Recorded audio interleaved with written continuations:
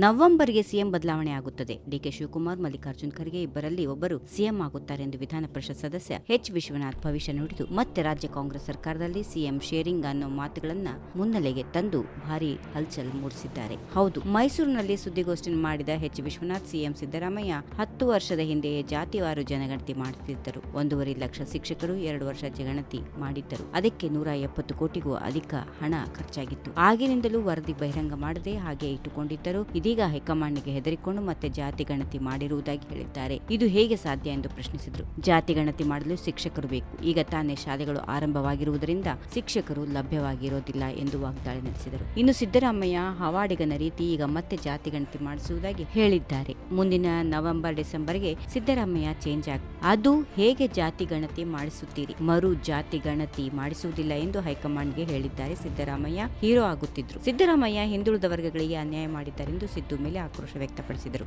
3 ತಿಂಗಳ ಒಳಗೆ ಜಾತಿ ಗಣತಿ ಮಾಡಲು ಸಾಧ್ಯ ಇಲ್ಲ. ಸಿದ್ದರಾಮಯ್ಯ ಸುಮ್ಮನೆ ದೇವರಾಜ್ ಹೆಸರು ಹೇಳಬೇಡಿ. ಪ್ರಾಮಾಣಿಕತೆ ಇಲ್ಲದೆ ಸಿಎಂ ಸಿದ್ದರಾಮಯ್ಯ ಎಂದು ಚರಿತ್ರೆಯಲ್ಲಿ ದಾಖಲಾಗಿ ಹೋದರು. ಸುಳ್ಳು ಹೇಳಿಕೊಂಡು ಓಡಾಡುತ್ತಿರುವ ಸಿಎಂ ಸಿದ್ದರಾಮಯ್ಯ ಎಂದು ಚರಿತ್ರೆಯಲ್ಲಿ ದಾಖಲಾಗುತ್ತಾರೆ. 170 ಕೋಟಿಗೂ ಹೆಚ್ಚು ಹಣ ಖರ್ಚು ಮಾಡಿ ಜಾತಿ ಗಣತಿ ಮಾಡಿಸಿದ ವರದಿಯನ್ನ ತೆಪ್ಪಗೆ ಎಸೆದಿದ್ದಾರೆ ಎಂದು ಎಚ್. ವಿಶ್ವನಾಥ್ ವಾಗ್ದಾಳಿ ನಡೆಸಿದರು.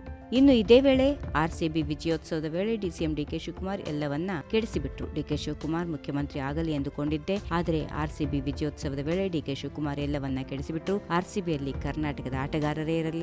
ಆರ್ಸಿಬಿಗೂ ಕರ್ನಾಟಕಕ್ಕೂ ಸಂಬಂಧವೇ ಇಲ್ಲ. ಕಾಲ್ತುಳಿತ ಘಟನೆ ಸಂಬಂಧ ಸಿದ್ದರಾಮಯ್ಯ ನೀಡಿದ ಹೇಳಿಕೆಗಳು ವೈರುಧ್ಯದಿಂದ ಕೂಡಿವೆ ಎಂದು ಕಿಡಿಕಾರಿದರು. ಇನ್ನು ಚಿನ್ನಸ್ವಾಮಿ ಸ್ಟೇಡಿಯಂ ಬಳಿ 3:30ಕ್ಕೆ ಕಾಲ್ತುಳಿತ ಆದರೂ ಸಂಜೆ 5:30ಕ್ಕೆ ಗೊತ್ತಾಯಿತು. ವಿಧಾನಸೌಧ ಕಾರ್ಯಕ್ರಮಕ್ಕೂ ಚಿನ್ನಸ್ವಾಮಿ ಕ್ರೀಡಾಂಗಣ ಕಾರ್ಯಕ್ರಮಕ್ಕೂ ಸಂಬಂಧ ಇಲ್ಲ. ರಾಜ್ಯಪಾಲರನ್ನ ಆಹ್ವಾನಿಸಿರಲಿಲ್ಲ ಎಂದೆಲ್ಲ ಸಿದ್ದರಾಮಯ್ಯ ಹೇಳಿದ್ದರು. ಆ ಬಳಿಕ ರಾಜ್ಯಪಾಲರನ್ನ ಆಹ್ವಾನಿಸಿದ್ದು ನಾನೇ ಎಂದು ಹೇಳಿದ್ದಾರೆ. ಇವರ ತಪ್ಪು ಇಲ್ಲದಿದ್ದರೆ ಗೋವಿಂದರಾಜು ಅವರನ್ನು ರಾಜಕೀಯ ಕಾರ್ಯದರ್ಶಿ ಸ್ಥಾನದಿಂದ ಏಕೆ ತೆಗೆದರು ಎಂದು ಹೇಳಬೇಕು. ಹೀಗೆಂದು ಎಚ್. ವಿಶ್ವನಾಥ್ ಆಗ್ರಹಿಸಿದ್ದಾರೆ. ಒಟ್ಟಾರೆ ನವೆಂಬರ್ನಲ್ಲಿ ಸಿಎಂ ಬದಲಾವಣೆ ಆಗುವುದು ಗ್ಯಾರಂಟಿ ಅಂತ ಹೇಳುವುದರ ಮೂಲಕ ಸಿಎಂ ಡಿಸಿಎಂ ನಡುವೆ ಮತ್ತೆ ಡಿಶುಮ್ ಆಟಕ್ಕೆ ನಾಂದಿ ಹಾಡಿದ್ದಾರೆ. If you like this video, ಬೇಗ ಲೈಕ್ ಮಾಡಿ, ಕಾಮೆಂಟ್ ಮಾಡಿ, ಶೇರ್ ಮಾಡಿ ಹಾಗೂ ಯೋಯೋ ಟಿವಿ ಕನ್ನಡವನ್ನು ಸಬ್ಸ್ಕ್ರೈಬ್ ಮಾಡಿ.